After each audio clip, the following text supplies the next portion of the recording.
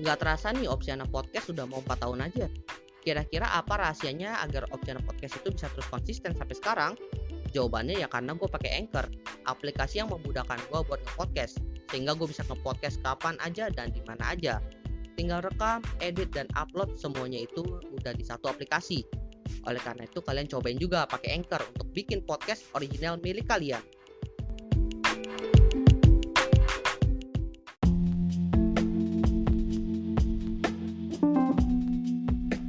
Indonesia bisa bikin teknologi keren kayak Google, Apple, dan juga Facebook.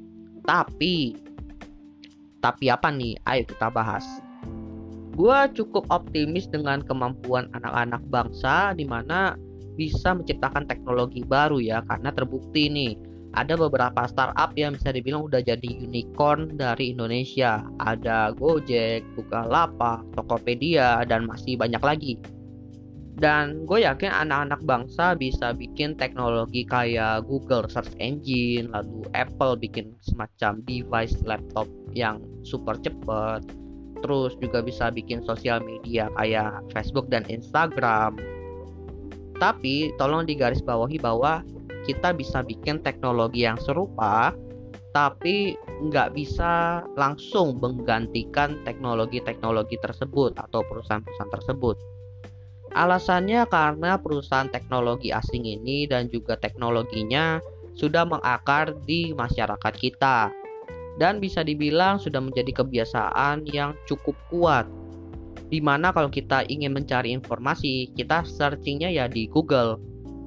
Kalau kita buka sosmed ya kita bukanya Instagram, kalau nggak TikTok.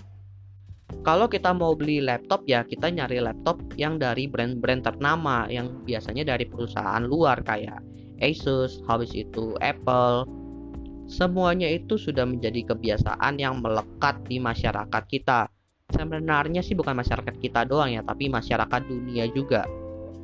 Oleh karena itu, kalau kita disuruh bikin teknologinya yang serupa ya bisa, karena kita juga udah sering dengar tuh beberapa device laptop buatan anak bangsa, terus juga ada search engine dan sosmed juga buatan anak bangsa, tapi belum bisa menggantikan teknologi yang sudah existing karena perlu melalui proses yang panjang. Menciptakan teknologi itu adalah salah satu proses tersendiri, sedangkan untuk bisa digunakan oleh masyarakat itu juga proses yang lain.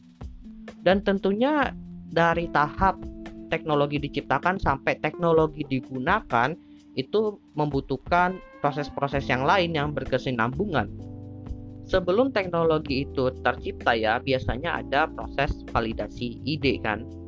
Nah mungkin kalau seandainya lu bikin teknologi yang sudah ada atau existing, misal lu bikin search engine, idenya ya udah nggak ide tentang teknologi apa, lebih ke gimana cara branding biasanya.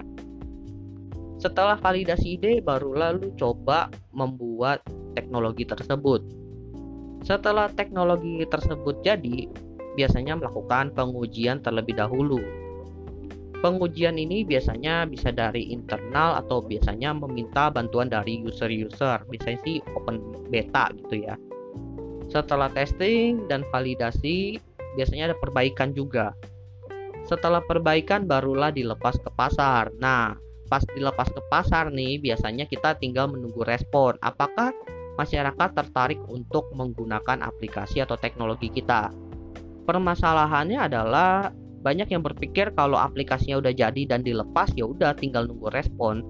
Sebenarnya butuh yang namanya promosi, kemudian marketing dan lain-lain, dimana tujuannya untuk menarik orang-orang untuk menggunakan aplikasi kita. Kita mencari user.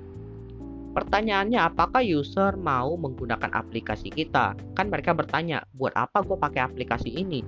Oke lah kalau kita bikin game, ya ini pasti buat hiburan. Tapi kalau aplikasi penunjang gitu, misalnya kita bikin search engine, kenapa harus pakai search engine ini? Kan udah ada Google yang lebih major, lebih wah, dan juga database-nya lebih lengkap. Atau yang paling simple deh, sosmed. Kalau bikin sosmed baru, kenapa kita harus pindah ke sini? Kan udah ada Instagram, udah ada TikTok. Tapi faktanya banyak sosmed-sosmed baru yang muncul dengan fitur-fitur menarik itu bisa menarik user baru juga kan. Makanya menurut gue lebih gampang kita ngeciptain teknologi baru dengan fitur-fitur baru untuk menyelesaikan masalah yang ada ketimbang kita menciptakan teknologi untuk mengganti teknologi existing, tapi nggak ada fitur-fitur yang menarik gitu. Makanya kalau kita bicara yang paling simpel di Indonesia itu Gojek ya. Gojek itu kan menyelesaikan masalah dari sistem tukang ojek yang ada saat itu. Dimana kalau kita mau pergi kemana-mana dengan ojek pangkalan, harganya itu diketok atau asal-asalan. Dan juga ketersediaan ojek pangkalan tidak selalu ada. Kalau seandainya lu datang ke pangkalan lagi pada narik kan berarti lu nggak bisa pergi kemana-mana tanpa ojek kan. Dan muncullah Gojek. Sebenarnya Gojek ini awalnya itu merevolusi industri ojek online, di mana ya pesan ojek itu secara online dan harganya itu udah kayak ditetapkan, sehingga nggak ada yang namanya ketok-ketok harga lagi. Itu dia masalahnya yang dipecahkan oleh Gojek. Dan setelah dia menciptakan teknologi tersebut, apakah langsung masyarakat itu menggunakan semua? Enggak kan? Dia itu melakukan promosi dulu, dan promosinya itu pun dibantu oleh para drivernya. Karena kan saat itu belum pakai apps ya, lebih pakai SMS dan call center kalau nggak salah yang gue baca. Dan butuh waktu yang lama untuk memvalidasi ide ini, testing dan juga perbaikan. Lalu muncullah aplikasi Gojek dan bisa berkembang sampai sekarang. Dan tentunya proses ini pun bukan cuma memakan waktu ya, memakan biaya yang cukup banyak. Dan kalau kalian lihat ya, pertarungan ojek online saat ini itu ya secara fitur ojek online-nya sama aja di antara satu dengan yang lain, dan secara aplikasi nggak jauh berbeda, mungkin beda di branding warnanya. Terus yang menarik orang untuk pindah ke aplikasi ojek online yang baru itu apa? Kebanyakan ya dari promosi harga ojek itu. Dan wait, itu baru di tahap menarik user, belum di tahap membuat user itu terus menggunakan aplikasi kita atau stay di aplikasi kita, meningkatkan retensi user. Belum loh. Bayangkan ketika harga promo tadi itu sudah hilang, lalu masuk ke harga yang normal. Apakah user itu masih tertarik menggunakan aplikasi kita? Belum tentu. Tapi kenapa Gojek yang promonya udah mulai berkurang tapi masih banyak yang pakai? Karena mereka itu sudah menjadi salah satu kebiasaan dari masyarakat. Bukan cuma membantu, memudahkan, tapi sudah benar-benar solusi yang solid lah. Begitu pula dengan perusahaan asing dan teknologi yang sudah mengakar di Indonesia. Enggak semudah itu, tapi bukan berarti nggak bisa. Bisa. Bukti lainnya, dulu jualan kopi itu yang terkenal adalah Starbucks, kemudian Jeko, dan jualannya di mall-mall. Tapi muncullah kopi Janji Jiwa, kopi Kenangan, di mana kopi ini jualannya tidak di mall seperti Starbucks dan Jeko lain-lainnya. Orang-orang yang dulu biasanya beli kopi di Starbucks perlahan, tapi bukan meninggalkan ya, perlahan mulai beralih ke kopi-kopi Janji Jiwa, kopi Kenangan seperti itu.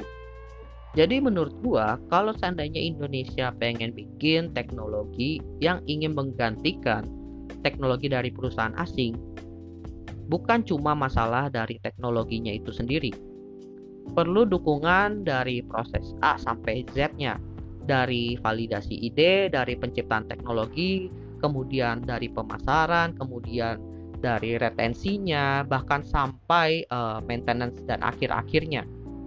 Semuanya butuh support. Karena banyak banget bukti di mana anak bangsa bisa bikin teknologi yang keren, bahkan sampai kancah internasional dan sukses sampai sekarang. Tapi banyak juga anak bangsa yang berhasil menciptakan teknologi keren, tapi hilang begitu saja. Karena apa? Karena kurang dukungan. Oke, gua rasa itu aja yang pengen gue bahas kali ini. Semoga bermanfaat buat teman-teman. Dan kalau seandainya kalian menemukan teknologi buat anak bangsa atau produk-produk anak bangsa, ayo kita mulai dukung. Dukungnya bukan cuma beri support aja ya, tapi kalau memang ada kritik yang sifatnya itu mengembangkan, memberi perkembangan, bisa disampaikan juga. Dan buat teman-teman yang menciptakan produk lokal atau teknologi anak bangsa itu, ya jangan anti kritik juga. Terimalah kritik-kritik dari teman-teman dan kembangkanlah teknologi kalian berdasarkan masukan-masukan yang masuk dari user-user kalian. Well, itu aja. Thank you buat teman-teman yang sudah mendengarkan. See you next time di episode lainnya.